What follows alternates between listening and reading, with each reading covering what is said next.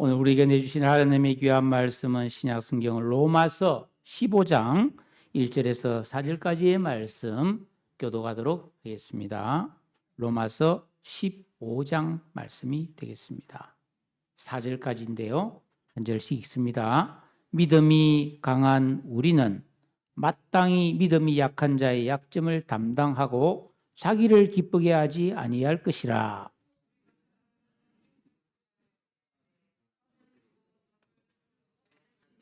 그리스도께서도 자기를 기쁘게 하지 아니하셨나니 기록된 바 주를 비방하는 자들의 비방이 내게 미쳤나이다 함과 같으니라. 무엇이든지 전에 기록된 바는 우리의 교훈을 위하여 기록된 것이니 우리로 하여금 인내로 또는 성경의 위로로 소망을 가지게 함이니라. 아멘. 자, 오늘은 우리 24절기상으로는 백로라는 절기입니다. 오늘이죠. 기온이 내려가서 이제 새벽에 풀잎에 이슬이 맺히는 절기예요. 흰백자 이슬도자입니다. 근데 이 이슬은 우리 성경에 보면은 하나님의 축복을 상징해요. 하나님께서는 사랑하고 또 은혜 주는 백성에게는 비와 이슬을 내린다라고 되어 있습니다. 비는 뭐 매일 내리는 게 아니잖아요. 그런 이슬은 날마다 내리거든요. 그래서 그 이슬 방울이 또르륵 해가 뜨면 또르륵 굴러 내려가서 그 뿌리에 떨어지면 식물이 그걸로 사는 거죠. 비가 오지 않는 건기에도. 그래서 이거는 단순히 자연의 현상이라기보다는 하나님의 놀라운 은혜와 축복을 상징하는 게 이슬입니다. 예. 여러분, 우리도 살아가면서 큰 은혜, 그것도 필요하죠. 그러나 날마다 이슬 같은 은혜를 받아서 우리 심령이 은혜로 촉촉히 적셔지고 메마르지 않는 심령으로 항상 기쁨으로 살아갈 수 있기를 축복합니다. 지난 9월 3일 중국에서 베이징에서 이 반서방을 표방하는 그런 지도자들이 모여 있고 그 무력, 그 군사력을 이렇게 선보이는 그런 열병식이 있었죠. 그 열병식을 할 때에 그 중국의 지도자인 시진핑과 러시아의 블라디미르 푸틴이 걸어가면서 묘한 대화를 나누었는데 자기들은 이게 알려질 줄 몰랐어요. 그런데 그 기자가 마이크로 녹음을 하고 있었어요. 무슨 이야기를 했냐 하면은 생명공학은 발전하고 있다. 장기 이식으로 인간이 오래 살수록 젊어지고 불멸도 가능하다. 그러니까 또 한 사람이 금세기엔 인간이 150세까지 살 수 있다. 뭐 이런 말이 오갔다는 거예요. 독재자들이 무병장수를 꿈꾸고 있음을 우리가 알 수 있는 거죠. 이 무병장수라고 하는 것은 고대로부터 왕이나 권력자들의 간절한 꿈이었습니다. 고대 이집트 왕이나 중국의 황제들은 영생불사를 위해서 눈물 겹도록 노력했어요. 조선시대의 우리나라 왕들, 뭐 태정, 태세, 문단세 그러잖아요.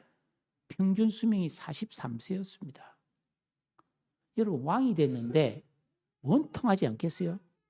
어떻게 된 왕인데 수명이 진짜 짧았어요.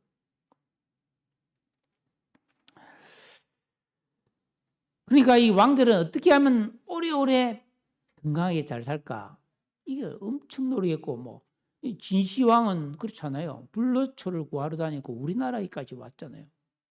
예? 근데 한때 이 사람에게 불로장생을 준다고 믿은 것은 금과 피였습니다.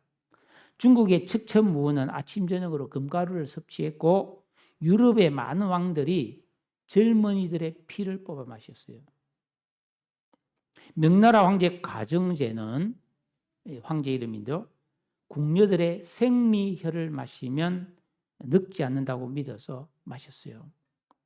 1920년대에는 원숭이의 고환을 이식하거나 정관수술이 회춘수술로 유행했습니다. 그런데 21세기에 들어서 이 생명공학과 의학의 발전으로 실제로 장수를 가능하게 하는 여러 가지 기술이 발표되고 있습니다. 우리 몸의 노화세포를 제거하는 신약이 곧 시판될 것입니다. 세포의 노화를 되돌려서 늙은 사람을 다시 젊어지게 만드는 기술을 연구하고 있어요. 가능할 수도 있어요. 미국의 억만장자인 존슨이라는 사람은 늙지 않기 위해서 하루에 111개의 여러 가지 영양제를 먹고 1년에 25억 이상을 자기 그 회춘에 사용하고 있습니다. 어떤 연구 결과는 사람이 영원히 죽지 않을 수도 있다고 선전합니다. 그런데 여러분, 과연 기술과 돈으로 무병장수가 가능할까요? 어느 정도 효과는 있을지 모르지만 결국 인간은 흐르는 세월을 이기지 못하고 쇠약해지고 죽을 수밖에 없습니다. 왜냐하면은 이 죽음이라고 하는 것은 죄의 싹시거든요. 죄로 인해 죽음이었기 때문에 이 죄 문제를 해결하지 않고 돈과 기술로 장수하려는 것은 이거는 그냥 인간의 헛된 꿈일 뿐이다라는 겁니다. 성경에는 죽음을 겪지 않고 하늘로 올라간 에녹과 엘리야 외에는 죽음을 피한 사람이 아무도 없습니다. 사람의 생명은 하나님께서 결정하는 것입니다. 예수 믿고 구원받은 성도는 이 땅에서 무병장수를 꿈꿀 것이 아니라 하나님의 뜻대로 거룩하게 살기를 힘써야 합니다. 히브리서 9장 27절에 보면 한 번 죽는 것은 사람에게 정해진 것이요 그 후에는 심판이 있으리니 했습니다. 하나님의 심판대 앞에 섰을 때 잘했다 칭찬을 받고 영원한 천국에서 복락을 누리며 영생하는 삶을 이 땅에서 준비하는 것이 참되고 바른 신앙입니다. 어떻게 살아야 할까요? 아시다시피 무더운 여름이 서서히 지나가고 있습니다. 계절이 변하고 있음이 느껴지지요. 고추 잠자리를 보았거든요. 2025년이 시작되고 어느새 많은 시간이 지났습니다. 지영시청 가는 길에 보면 논들이 많은데 그 들판의 벼가 누렇게 색깔이 변하고 있더라고요. 덥다 하던 그 무더운 여름을 지나며 여러분들의 믿음은 성장했습니까? 우리가 다들 바쁘고 수고롭게 살고 있습니다. 그럴지라도 우리 성도들은 세심하고 알뜰한 믿음 생활을 실천하며 살아야 은혜와 위로와 기쁨을 경험할 수 있습니다.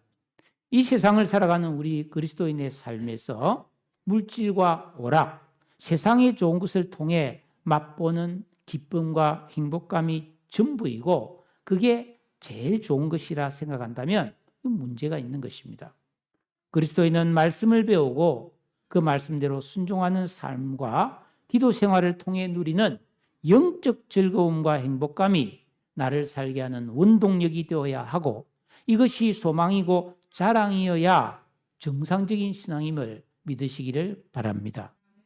오늘 우리가 배울 이 로마서 15장 1절에서 4절의 말씀은 우리 성도들이 교회와 가정에서 어떠한 믿음을 실천하며 살아야 할 것인가. 왜냐하면 우리 성도는 이 세상을 살아갈 때 반드시 위로와 기쁨과 능력이 필요하거든요. 그걸 받기 위해서 어떤 신앙을 살아야 될 것인가를 가르쳐주고 있습니다. 미국의 트리니티 신학교, 트리니티가 삼위일체란 말이거든요. 그 트리니티 신학교 교수인 케빈 벤 후즈라는 사람은 교회는 경건의 훈련을 하는 체육관이다. 그런 말을 했습니다. 여러분, 체육관에서는 누구나 직접 몸을 움직이고 땀을 흘리며 활동하는 곳이죠. 체육관에서 가만히 있는 사람은 없습니다. 성도는 교회에 와서 조용히 예배만 드리고 가면 안 됩니다. 배우고 깨달은 말씀을 실천하고 훈련해서 세상으로 나아가야 합니다. 지난 8월 24일 주일에 저는 베드로후서 1장의 말씀을 통해 예수 믿고 구원받은 성도는 계명을 지키고 주기도문을 붙들고 기도하는 진정한 영적 생활을 통해서 우리가 태어날 때부터 아담 안에서 가지고 있는 이 옛사람의 악한 의식과 직역과 인격을 뽑아내고 예수 그리스도를 닮은 신성한 성품을 만들어 가야 된다라고 말씀드린 적이 있습니다. 그래야만이 우리 안에 있는 길가 돌밭 가시밭 같은 그런 하나님의 말씀을 듣고 결실하는 것을 방해하는 요소를 뽑아낼 수 있는 것이죠. 여러분, 농부가 농사를 지으려고 해도 먼저 땅을 가꾸어야 되잖아요. 그것처럼 우리 심령을 기경해서 우리 안에 있는 이 길가 돌밭 가시밭 같은 이 좋지 않은 이 불신앙적인 요소들, 죄를 짓기 좋은 요소들을 뽑아내야 된다. 그래야 청결한 양심이 만들어지고 그 바탕 위에서 우리는 신성한 성품을 만들 수가 있다라는 겁니다. 그런데 이 신성한 성품은 만들어지는 과정이 있는데 그게 믿음에서 시작해서 덕을 세우고 지식을 배우고 절제와 인내와 경건과 형제 우애를 거쳐서 비로소 사랑으로 완성이 된다라는 것입니다. 오늘 우리가 읽은 이 로마서 말씀을 자세히 살펴보면 1절에 믿음이 나오고 2절에 덕이 나오고 4절에는 기록된 말씀을 통한 교훈을 받는 지식이 나옵니다. 베드로와 바울의 신앙이 다르지 않음을 알 수 있죠. 자, 1절을 한번 봅시다. 믿음이 강한 우리는 마땅히 믿음이 약한 자의 약점을 담당하고 자기를 기쁘게 아니할 것이라 그랬습니다. 우리 성도들이 믿음 생활을 계속하면 우리의 믿음이 성장하고 믿음이 좋은 사람이 되는데 그런 사람을 믿음이 강한 사람이라고 했습니다. 자, 믿음 있는 사람은 무슨 일을 만나든지 언제나 우리 마음과 생각이 하나님을 향해 있어야 하는 것입니다. 히브리서 12장 2절에 보면 믿음의 주요 또 온전케 하시는 이인 예수를 바라보자라고 말씀했습니다. 즉 우리 성도들의 인생 내비게이션의 목적지는 항상 예수 그리스도께로 맞춰져 있어야 된다. 우리가 운전할 때 그러잖아요. 내가 목적지를 예를 들어서 신천동을 간다, 아니면 정왕동을 간다, 인천을 간다, 그때 맞추지만 우리 집은 항상 고정해 놓잖아요. 우리 집 딱 누르면 그냥 그건 가는 거죠. 근데 우리가 믿고 우리 삶에 초점을 맞춰야 될 우리 예수님은 이 세상에서 삶을 즐기고 자기의 기쁨과 행복을 추구하지 않으셨습니다. 대신에 예수님은 늘 하나님께 초점이 맞춰져 있어서 기도했고 또 가난한 자, 병든 자, 죄인을 찾아가셔서 하나님 나라에 대해서 가르치시며 복음을 전하셨을 뿐 아니라 그들의 병든 육신과 심령을 고쳐주시고 치유와 회복을 통한 참된 기쁨을 회복시켜서 누리도록 은혜와 사랑을 베풀어 주셨습니다. 여러분, 믿음에는 두 가지가 있다고 여러 번 말씀드렸죠. 우리가 처음에 예수님을 하나님의 아들로 믿고 나의 구주로 영접하는 이런 첫 번째 1단계의 믿음만으로도 우리는 천국에 갈 수 있습니다. 그러나 우리가 죽지 않고 살아있다면 이 처음 단계의 믿음에 계속 머물러 있으면 안 되는 것입니다. 하나님께서는 예수 믿고 거듭난 성도들의 믿음이 계속해서 자라기를 원하세요. 그래서 믿음이 자라는 이 두 번째 단계의 믿음을 성화, 다시 말하면 거룩해지는 것이라고 말하는 것입니다. 그러니까 예수 믿는다고 교회를 다닌다고 다 같은 믿음이 아니고 다 같은 수준이 아니라는 겁니다. 예수님이 하나님의 아들이심을 믿고 부활하신 것을 믿고 재림을 믿는다고 생각하는 이 믿음은 어린아이 믿음이라는 겁니다. 우리는 이 단계를 벗어나서 거룩한 삶을 사는 성숙한 믿음으로 나아가야 할 줄로 믿으시기 바랍니다. 믿으시기 바랍니다. 아멘 하셔야 됩니다. 이거는.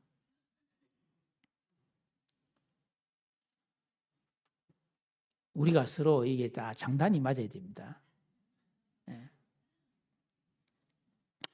그래서 우리가 믿음 생활을 첫 번째 믿음에서 이제 거룩해지는 믿음, 계명 지키고 기도하고 선을 행하는 이 믿음을 쫙 해서 나의 믿음이 성장을 했다면 그 다음에는 마땅히 나보다 믿음이 약한 자의 약점을 담당하는 섬김의 삶을 살아야 된다는 것이죠. 그러니까 우리는 섬기기 위해서 성장해야 되는 거예요. 여기서 믿음이 약한 자라는 어떤 사람을 말할까요? 순종하기를 주저하거나 쉽게 오락가락하는 믿음이 바로 약한 믿음이고 어린아이 믿음이에요. 이 어린아이의 믿음에는 약점이 있는데 이 약점이라는 말이 부서지기 쉬운 것, 변덕스러운 것, 확신 없고 낙심자라는 이걸 말하는 겁니다. 그러니까 이런 사람을 우리는 참아주고 도와줘야 되는 거죠. 가정에서 우리가 어린아이를 오래오래 인내하며 양육하는 것과 같은 거죠. 약점을 담당하라 할 때 이 담당이라는 말은 갚아야 할 빚이라는 강한 책임을 말하는 것입니다.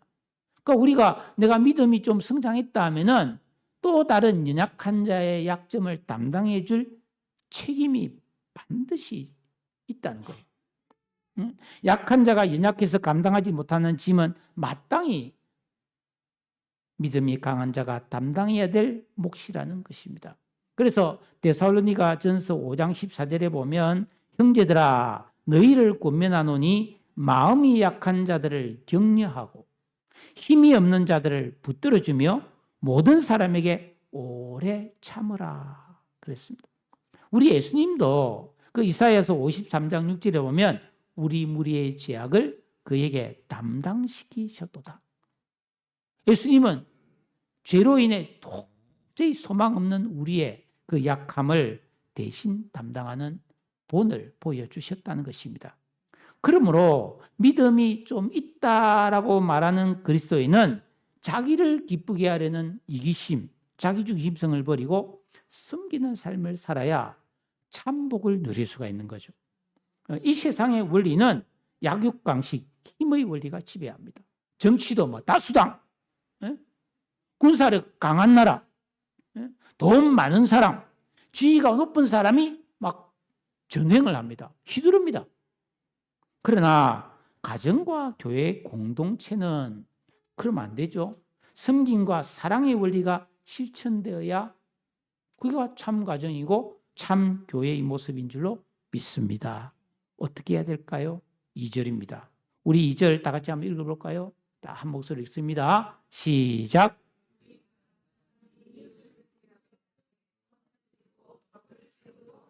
성도는 자기를 기쁘게 하는 삶에 몰두해서는 안 되는 것입니다.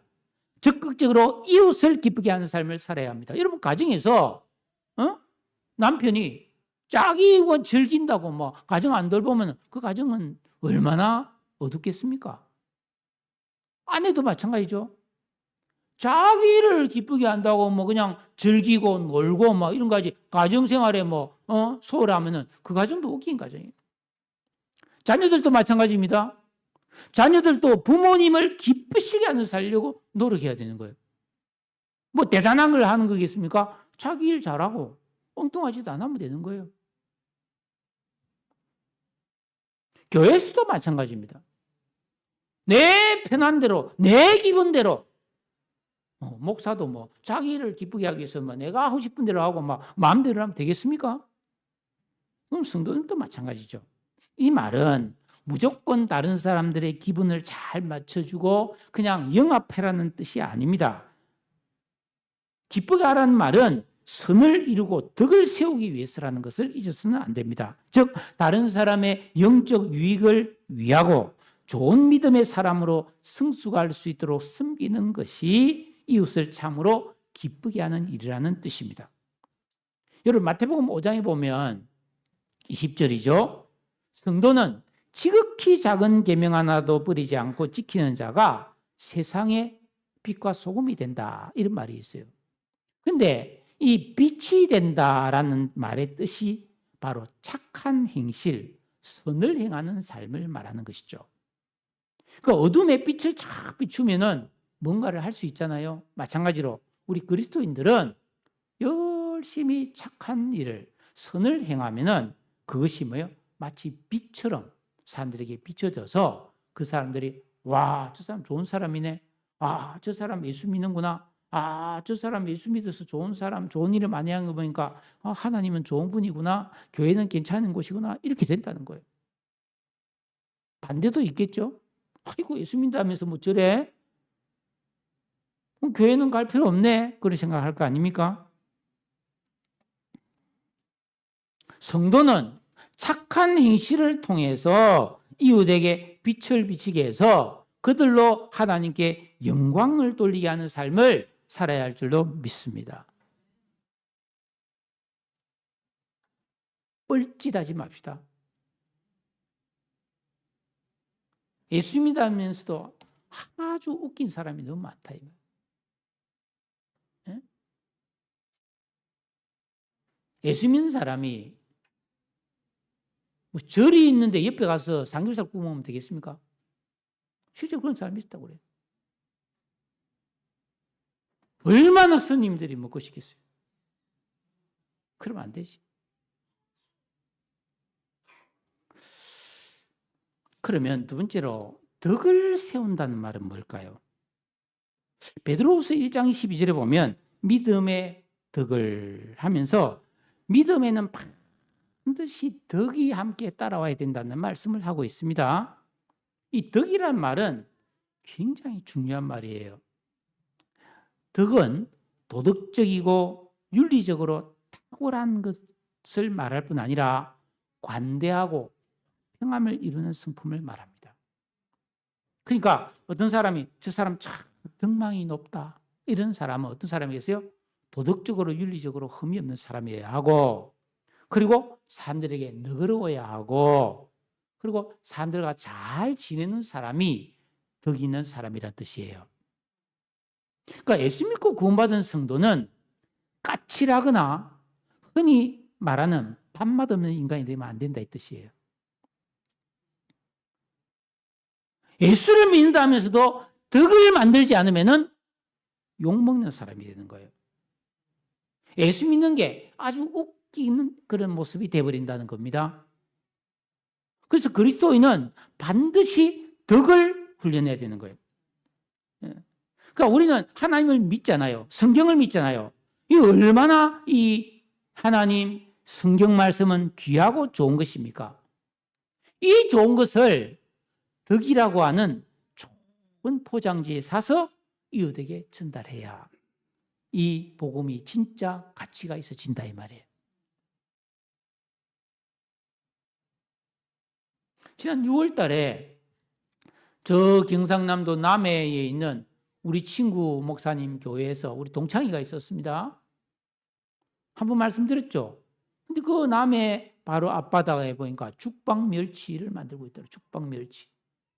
그러니까 멸치를 그물로 잡는 게 아니고 멸치대가 쫙 와서 자연스럽게 대나무로 이렇게 그물을 치는데 안으로 들어가서 고기가 못 나올 때 그걸 그대로 살아있는 걸 건져서 그 자리에서 바로 삶아서 이 멸치의 비늘이나 이런 게 그대로 살아있는 멸치예요.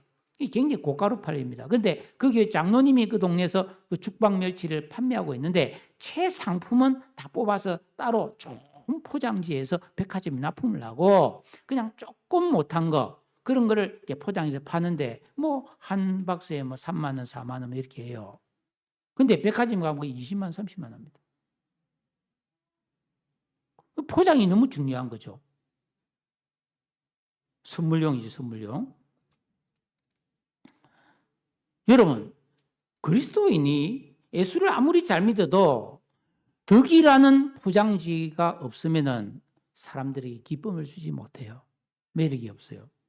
오히려 불쾌감과 반감만 줄 뿐이다. 그러니까 덕이 없는 사람은 전도 조심해야 됩니다. 차라리 여러분 생각해 보세요. 아무리 좋은 물건도 사람들에게 선물 줄 때 기분 나쁘게 주면 마음이 상하잖아요. 그러나 뭐 소박하고 평범한 물건이라도 정성스럽게 우리가 포장을 해서 주면 고마워하고 기분이 좋아지지 않겠습니까? 덕이라고 하는 것은 가장 소중한 이 우리가 믿는 믿음을 사람들에게 기분이 좋도록 전달하는 기분 좋은 포장지와 같은 거예요. 덕 있는 사람이 돼야 되는 거예요. 근데 이제 헬라 철학에서는 요 플라톤이나 아리스토텔레스 같은 사람은 그 헬라에서도 덕은 아레테라는 걸 굉장히 중시했거든요. 근데 헬라 철학에서의 이 덕은 탁월함, 엑셀런스란 말이에요. 구두수선공이 구두를 잘 만들면 그 사람은 덕이 있다. 또 목수가 탁자를 잘 만들고 요리사가 요리를 잘하면 저 사람은 아주 덕이 있는 사람이라고 칭찬을 받았습니다. 그런데 한번 생각해 보세요. 그런 좋은 실력에 좋은 성품까지 갖춘다면 금상첨화죠. 응? 근데 여러분, 이 세상을 보면은 어떤 분야의 실력은 뛰어나는데 성질은 개떡 같은 사람이 많습니다. 아무리 정치를 잘해도 덕이 없으면은 밥맛이에요. 대학 교수다, 전문가다, 학자다, 아무리 뭐 뛰어난 연예인이다, 뭐 스포츠 선수들의 스타다, 덕이 없어 보세요. 욕 바가지를 먹어요. 성경이 말하는 덕이 바로 실력과 아름다움을 겸비한 것을 말하는 것입니다. 여러분, 우리가 믿는 이 복음은 얼마나 탁월합니까? 얼마나 고상한 이 진리입니까? 그러나 이게 내가 이걸 가지고 있다고 해서 다가 아니라는 겁니다. 이것을 믿는 내가, 전하는 내가 덕이라는 성품을 갖추어야 비로소 하나님의 아름다움과 그의 영광을 나타낼 수 있는 줄로 믿습니다. 그래서 기독교 윤리학자인 스탠리 하우어스는 복음의 질을 회복하고 바른 복음을 전하기 위해서 교회는 덕을 훈련시키는 곳이 되어야 한다라고 말했습니다. 그러니까 우리가 지금 계명 지키고 하자는 게 결국 뭐예요? 덕을 만들어. 신의 성품이 덕을 만드는 거예요. 그래서 우리 서양성교회는 적어도 덕을 가진 덕망이 있는 사람이 되어야 할 줄로 믿습니다. 그러면은 좀 더 구체적으로 이 덕이라는 성품을 훈련하기 위해서 우리는 어떻게 해야 될까요? 물론 계명 지켜야 되죠. 그러면서 구체적으로 한 가지를 말씀드리면 에베소 4장 29절입니다. 무릇 더러운 말은 너희 입 밖에도 내지 말고 오직 덕을 세우는 데 소용되는 대로 선한 말을 하여 듣는 자에게 은혜를 끼치게 하라 그랬습니다. 자, 우리가 덕이라는 성품을 만들기 위해서 첫째가 더러운 말은 입 밖에도 내지 않는 훈련을 해야 돼요. 이 더러울이라는 말이 헬라어로 사프로스라는 말인데 이게 원래 뜻이 썩었다는 뜻이에요. 썩었다. 더러운 말은 썩은 말이에요. 여러분, 우리가 음식물이 썩으려면은 오랫동안 방치해야 썩습니다. 그러니까 성도가 마음속에 안 좋은 생각, 나쁜 마음, 미운 마음, 더러운 생각 이걸 빨리빨리 없애지 않고 계속 담아두고 오래오래 묵혀두면 이게 발효가 되는 게 아니라 썩어버린다는 거예요. 그래서 그런 생각이 썩어서 썩은 말로 나오는 거예요. 더러운 말이 돼서 나온다는 거예요. 왜? 안에 있는 게 나오는 거니까.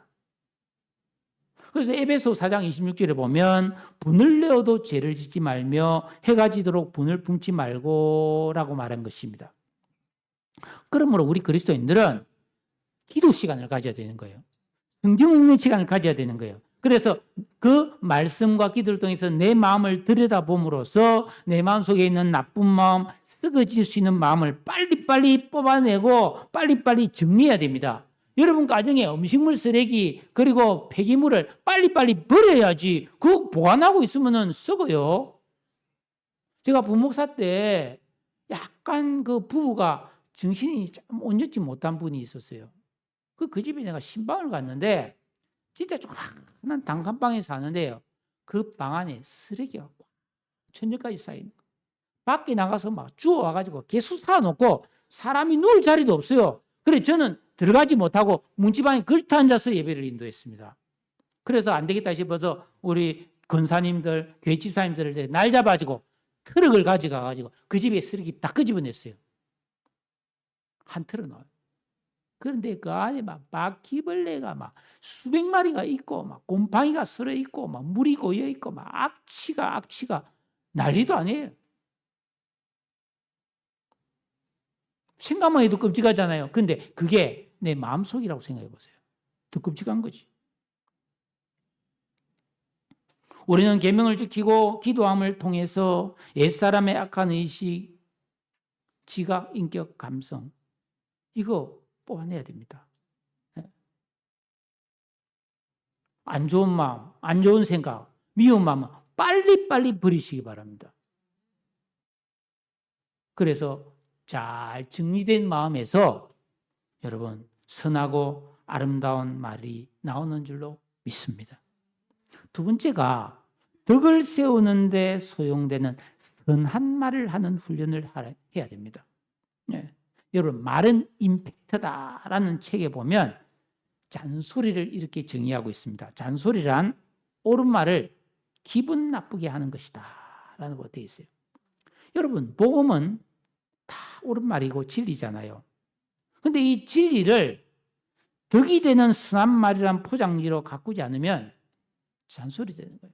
자녀들에게 너 교회 가야 된다, 예수 잘 믿어야 된다, 성경 읽어라, 기도해라, 믿음 생활 잘해라 하는데 그렇게 말하는 사람이 덕이 없으면 잔소리 돼버려요. 여러분 한번 생각해 보십시다. 당신 예수 안 믿으면 지옥 갑니다. 틀린 말 아니죠. 근데 이 말을 듣고 내가 예수 믿어야 되겠구나, 지옥 안 가야 되겠구나 이런 생각이 드는 사람이 있을 수도 있지만 아마 대부분의 불신자 입장에서는 기분이 확 나빠져서 더 안 믿고 싶은 마음이 생길 가능성이 많습니다. 그럼 가수에게 참 노래 잘하시네요 이 말보다 소름이 돋았습니다. 진짜 감동입니다. 이게 선한 말이라는 거예요. 예? 요리사에게 정말 요리 잘하시네요 이것보다 천국의 맛입니다. 목사에게 와 목사님 오늘 진짜 말 잘하시네요 이러면 이게 칭찬이겠어요? 은혜 받았습니다 해야 그게 선한 말이 되겠죠. 또 말의 선택을 잘하는 것 이 영성입니다. 영성. 우리는 새 사람의 의식과 지각과 인격과 감성이 만들어질수록 말씨도 덕을 세우고 더 상대방을 기쁘게 하는 선한 말을 할 수 있는 줄로 믿습니다. 이게 은혜를 끼치는 거라는 거예요. 은혜를 끼치다. 이 은혜란 말은 선물이란 말이거든요. 그러니까 우리가 좋은 말을 했어서 말 한마디로 뭐 천냥빚을 갚는다는 말도 있다시피 은혜를 끼치는 게 그 사람에게 선물이 될 수 있다는 거예요. 그 말이 선물도 되는데 말이 박박 꺾는 그런 엄청난 재앙이 될 수도 있잖아요. 3절에 보면 그리스도께서도 자기를 기쁘게 하지 아니하셨다. 우리 성도들이 왜 자기를 기쁘게 하는 삶을 추구하지 않고 이웃을 기쁘게 하기 위하여 선을 이루고 덕을 세우는 삶을 살아야만 하는가? 우리가 믿고 따르는 예수께서 친히 본을 보여주시면서 나를 따르라 했기 때문입니다. 예수님은 우리를 위해 낮아지셨고 스스로 가난하게 되셨고 십자가에 달려 죽으셨습니다. 우리를 구원해서 영원한 기쁨을 주기 위해서였습니다. 그 뒤를 보면은 기록된 바 주를 비방하는 자들의 비방이 내게 미쳤나이다 함과 같으니라. 이 말은 시편 69편 9절에 있는 말씀인데 예수님은 우리를 기쁘게 해주고 우리를 구원해주고 우리에게 복을 주기 위해서 본인은 비방과 멸시와 고통을 감수했다 이 말이에요.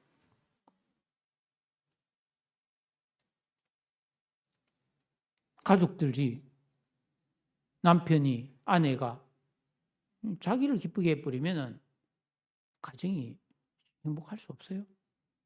교회도 마찬가지입니다. 교회와 가정은 같은 공동체잖아요. 이익 집단이 아니잖아요. 이익 집단이 아니잖아요.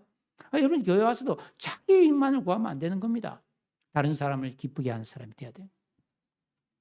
어디에 앉을 것인가? 내가 어떤 모습으로 예배 드릴 것인가? 굉장히 중요한 것입니다.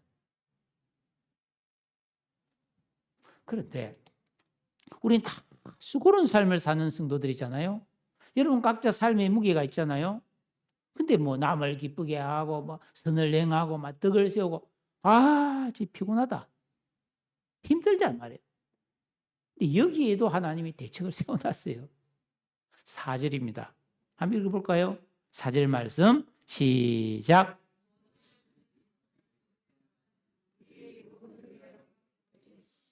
우리로 하여금 인내로 또는 성경의 위로 소망을 가지게 하려 함이니라.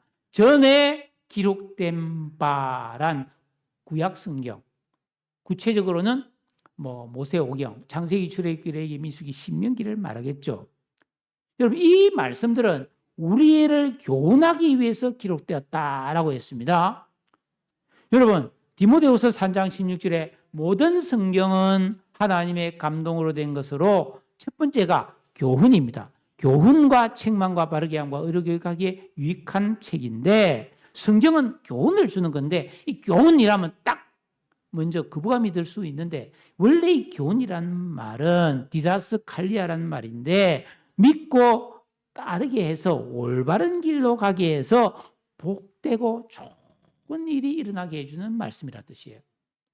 그러니까 교훈을 잘 받으면 너무너무 유익한 거예요. 그런데 특히 요즘 학생들, 청년들 교훈을 싫어해. 기분 나쁘게 말 안 했는데도 잔소리라고 자기가 기분이 나빠서 잔소리라고 생각하는 이런 뒤틀린 감성, 옛사람의 악한 의식이에요. 자, 청년들, 우리 청소년들 잘 들으세요. 따라하세요. 청소년들만. 교훈을 달게 받자. 부모님의 말씀을 잔소리라고 말하지 말자. 안 돼요. 교훈은 나를 올바른 길로 가게 해주는 너무너무 좋은 거예요. 여러분, 예수 믿고 구원받은 성도가 이 세상에서 나그네의 삶을 살아갈 때 우리 다 수고와 슬픔이 있죠. 가난과 고통이 있죠. 두려움과 염려가 있죠. 미혹과 제약으로 우리 마음이 흔들하거나 낙심하거나 침체에 빠질 수 있습니다. 그래서 우리에게도 인내와 위로가 필요하다.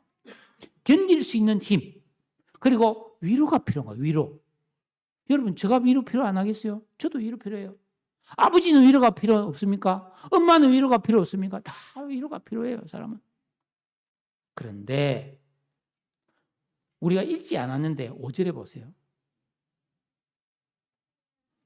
인내와 위로의 하나님이라고 되어 있죠. 하나님은 이런 우리를 아시고 인내할 수 있는 힘을 주시고 위로의 은혜를 주시는 하나님이신 줄로 믿으시기를 바랍니다. 어떤 방법으로? 말씀을 통해 준다는 거예요. 그러니까 우리는 수고로운 삶을 살면서도 항상 이 하나님 말씀을 가까이 해야 되는 거예요. 성경을 읽고 말씀을 많이 듣고 또 큐티도 하고 암송도 하고 묵상도 해야 되는 거예요. 그러면은 내가 수고로운 삶을 인내할 수 있는 힘을 얻을 수 있고 속상한 마음의 위로를 받아서 분내지 않고 웃으면서 살 수 있는 위로를 경험하게 될 줄로 믿습니다. 이 비밀입니다.